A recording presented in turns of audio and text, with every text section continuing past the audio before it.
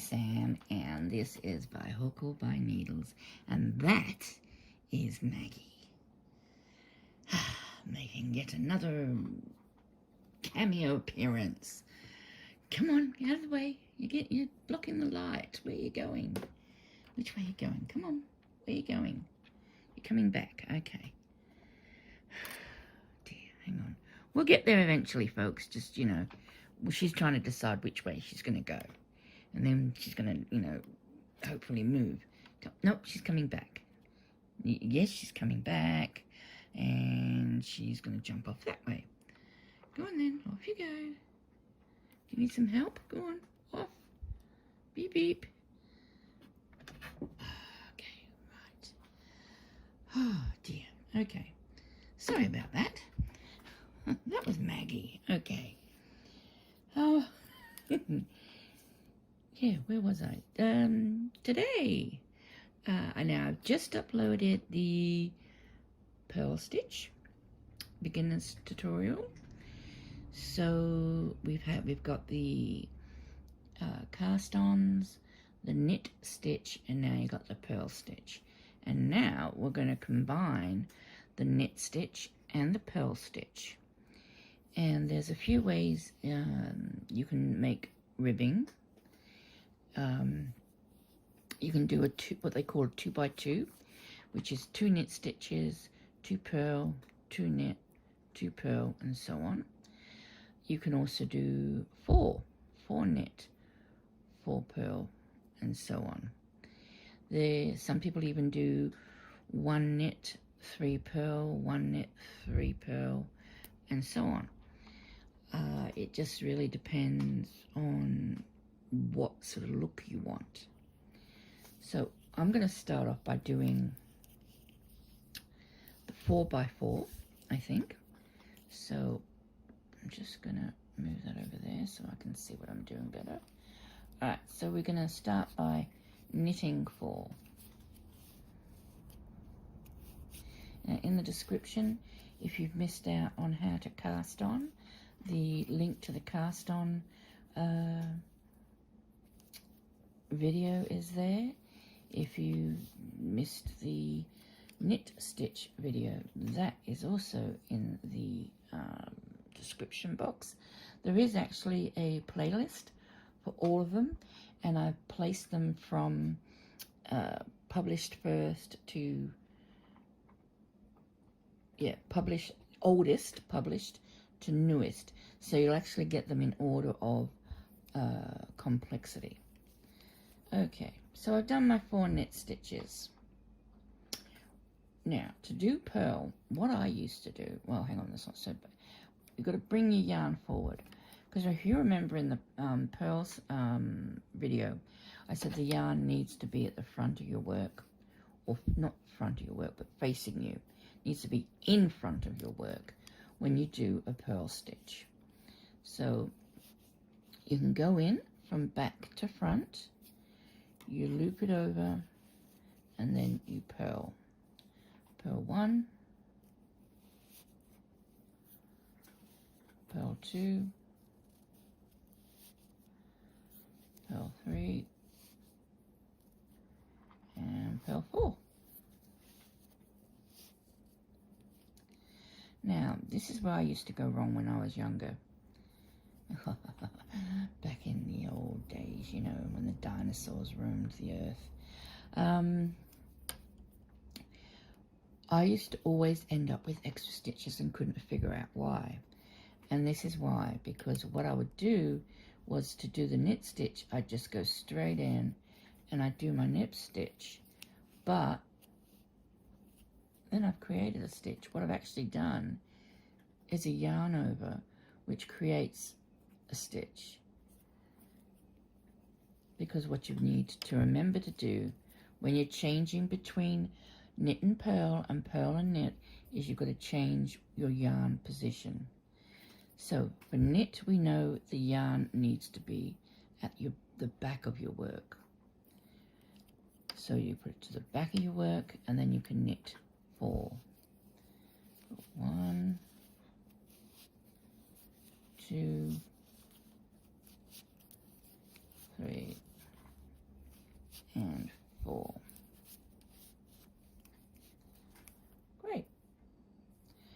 we're going to need to purl these last 4. So once again, I bring that yarn forward and I purl. 1, back to front, 2, back to front and around, 3, and finally 4.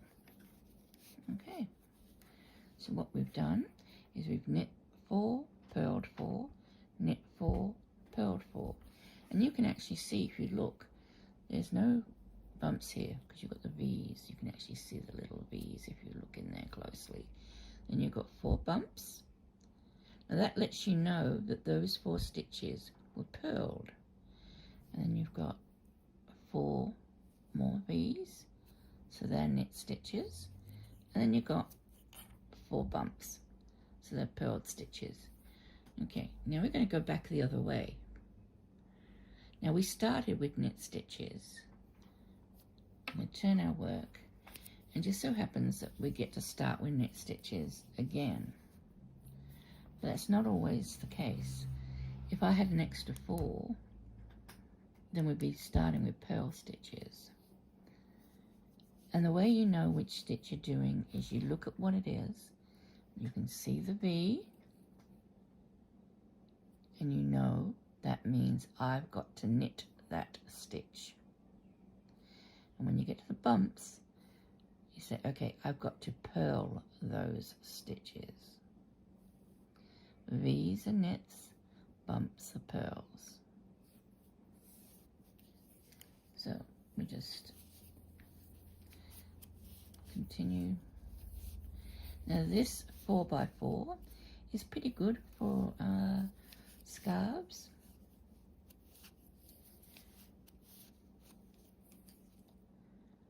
Okay, so our yarn's at the back. We now know the next stitch needs to be a purl because we've got a bump. So we bring our yarn forward and then we go straight into making our 4 purl. 1, 2, 3, and 4. Right. So, no more bumps. Oops, sorry, I'm off screen. No more bumps, so this means we've got to knit these 4, but our yarn's in the front, so we've got to take it around to the back, and then we can knit the next 4. 1, 2, 3, and 4. Oh, a bump. 4 bumps. Bring our yarn forward, and then we're going to purl the last 4. 1, 2, 3, 4. Oh, I forgot to mention that the most popular ribbing is 1x1 or 2x2, but 1x1. Okay, so now you can see very clearly we've got 4, 4, 4, 4. We know that these are knit stitches, these are our purl stitches, and if we just keep on going, and I'm just going to speed up a little bit just so I can get a few rows done. Not too much, I won't speed up too much, because I want you to remember bringing that yarn forward.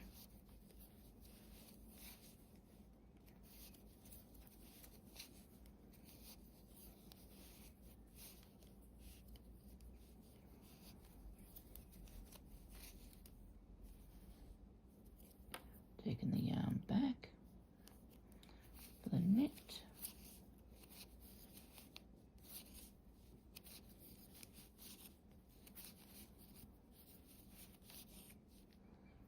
We've got our bumps, bring our yarn forward,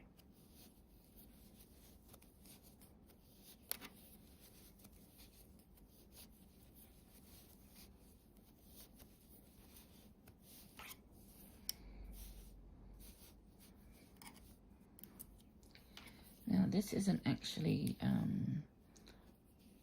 producing much of a rib, but it is used for ribbing. So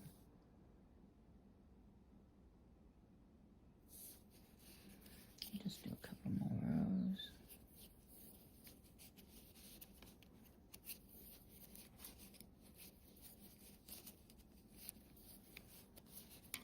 Yarn forward.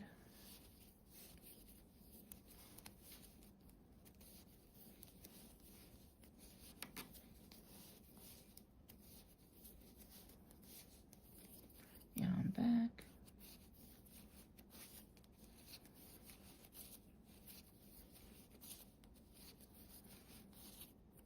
Yarn forward.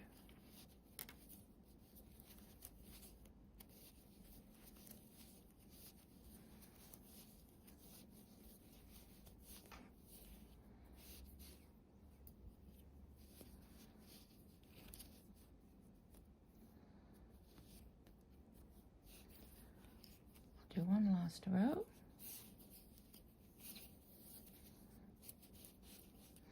And then I'll show you the 2 by 2. No, actually I'll show you the 1 by 1. And the only thing that changes is obviously just the number of stitches you do before you change. So 2 by 2 ribbon is 2 purl, 2 knit. You can even do 3 by 3. I wouldn't go any more than 4 by 4, but you could, you can really do alternate as often or as much as you like. As many stitches as you like, but if you're doing it for a ribbing, you really want a bit of springiness in it, so you will have to keep it sort of the numbers low, otherwise you're not going to get any any sort of springiness. But there you go, that's a 4 by 4. Right, I'm going to unravel this. I'm going to take this off, and what I'm going to do is I'm going to start by doing casting on. Now the number you cast on shouldn't really matter unless you're working in the round.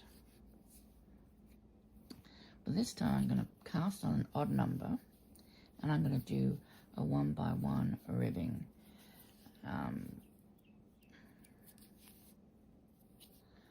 4, 5, 6, oops,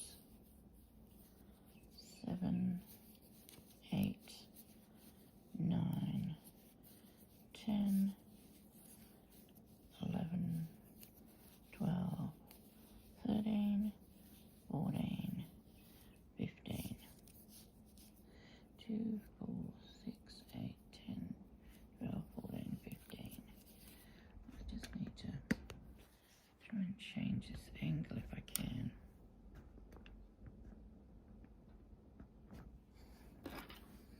Just so I can see what I'm doing a little bit better. Okay, so let's start off with a knit. Start off with a knit. I'm going to do 1 by 1. So the yarn comes forward and we do our purl. Yarn goes back and we do our knit. Yarn comes forward, purl. Yarn goes back and we knit.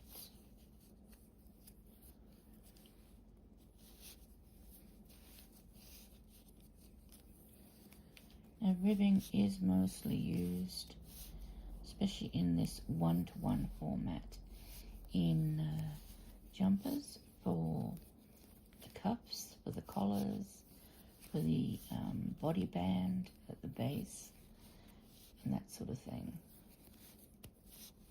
because there is a bit of elasticity with it.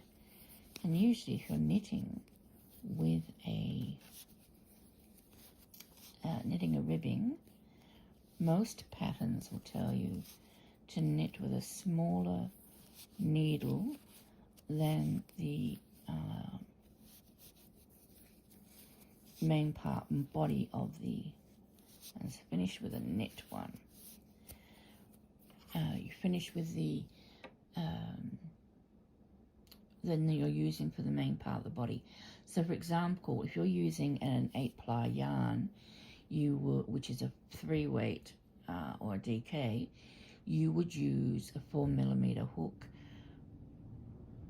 I think that's an 8 US. I'm sorry, I'm really not completely up with those sizes of needles, but you would use the recommended yarn, the recommended needle size for the yarn, which would be a 4mm. But for the cuff, it might tell you to use a 3.75, or in some cases it might even go as low as 3.25, and that's because they want a tighter stitch so you get a bit of springiness. Okay, so we turn our work. Now, can you see? Can we read our work? We've got a bump, a V, a bump, a V, a bump, a V, a bump, a V, and so on.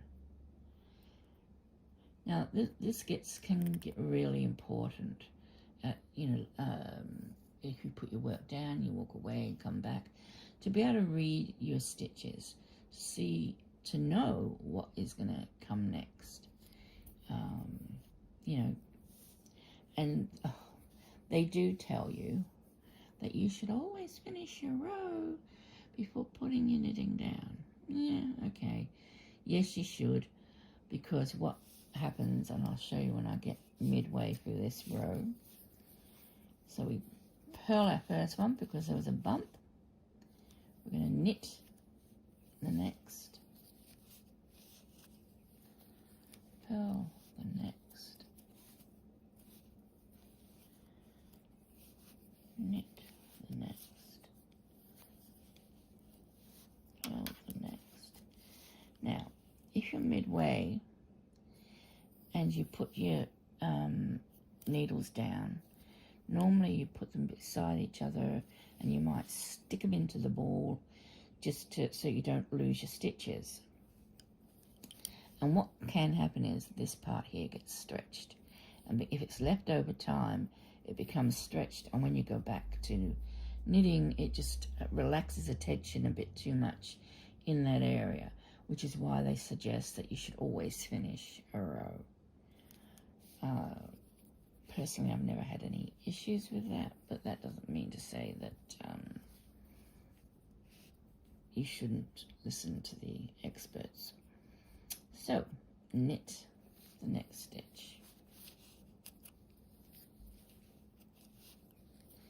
There is a alternative way of doing a 1x1 ribbing, or even a 2x2 ribbing.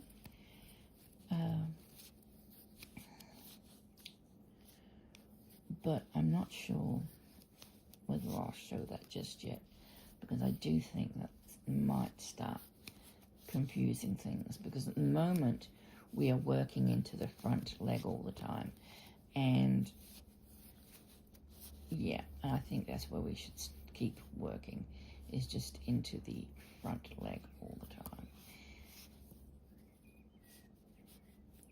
And you will notice as you do more and more of this that the knit stitches almost look like they're next to each other, because they're popping forward and the purl stitch is pushed back.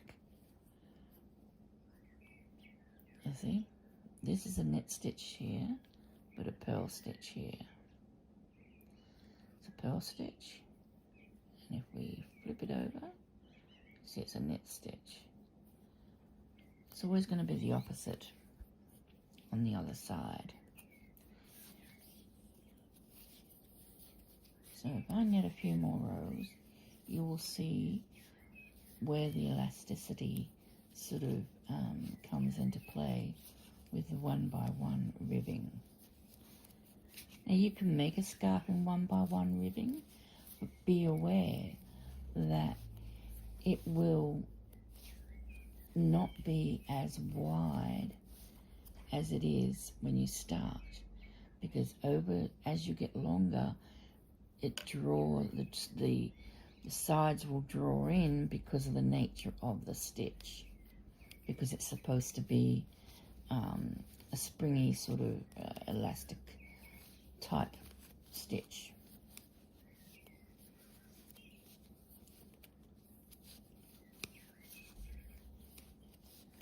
Sun's almost coming up.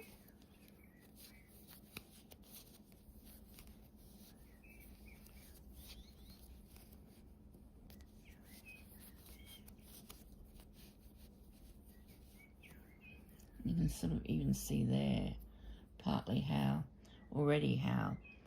small, much smaller it's got than the cast on. So if you spread it out, you can see how big it would be, you know, if it was all in the same stitch. But because it's a ribbing, it's drawn together more.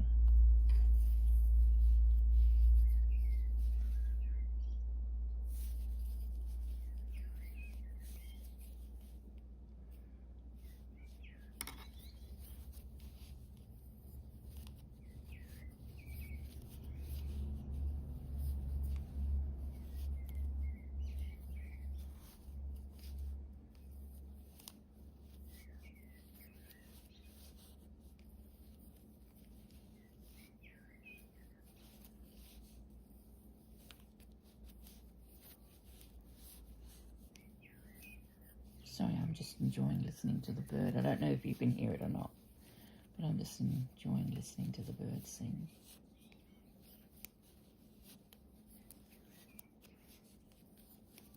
I hope you can hear it because it's very pleasant.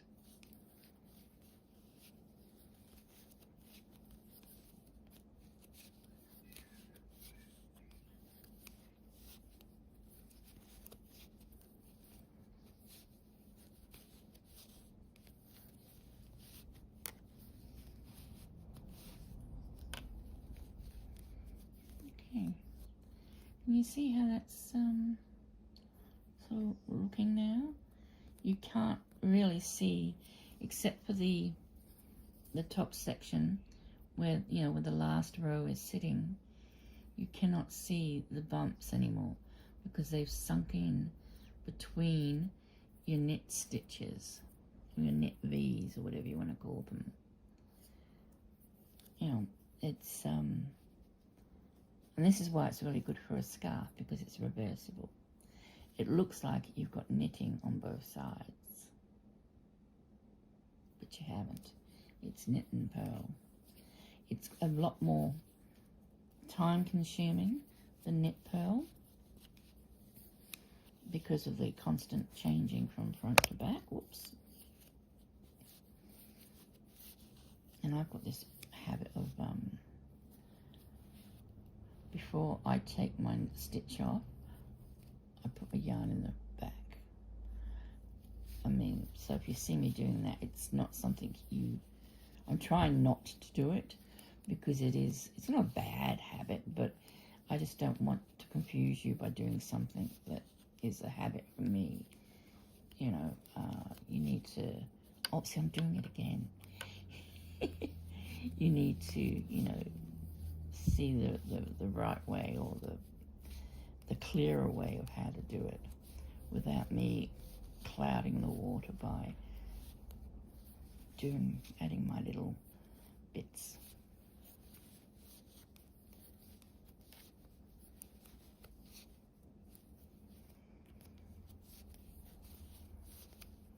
Okay, that is your ribbing. So now you've got how to cast on, how to knit, how to purl, and in the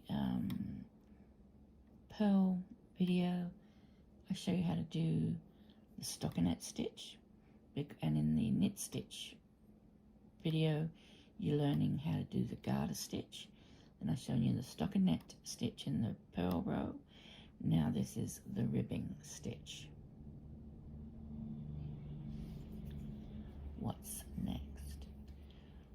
well, I think coming up,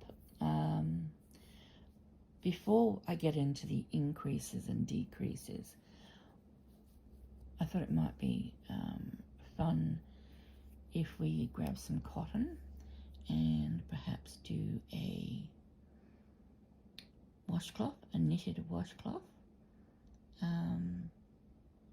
dishcloth or whatever. That's a fairly sort of simple thing to do. Or you can even make it smaller, and we can do a little coaster. You know, and then, you know, once you start sort of actually making something with the stitches, I think it makes it a little bit more interesting than just me sitting here showing you how to knit or purl. You know, it's a little bit more interesting when you're actually creating something. But you will see how this sort of springs. And it will spring back. I just love the knit stitch, you know, the way it looks. So, is that enough? I mean, I know you can't answer now, but you can tell me in the comments. Would you like me to show you some more ribbing? Would you, you know, like me just to go, yep, straight on to the first project, which will probably be a washcloth?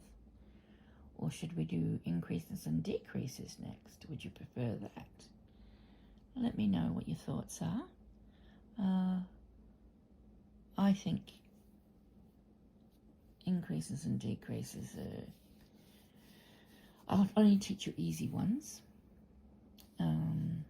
Because once again, I saw a book and it said that the book contained, I think I've got the book, 56 increases and decreases types. And I thought, whoa. I mean, I only know a handful of increases and decreases myself. And to think that there might be 56 of them, yeah, I should work through the book myself, shouldn't I? But anyway. And can you see my little monster in the background? I've given him a little horn. Well, it's supposed to be a horn. I'm hoping that when I stuff him, it might straighten up. But yeah. Anyway, that's another video. That was novlog number 6 and 7.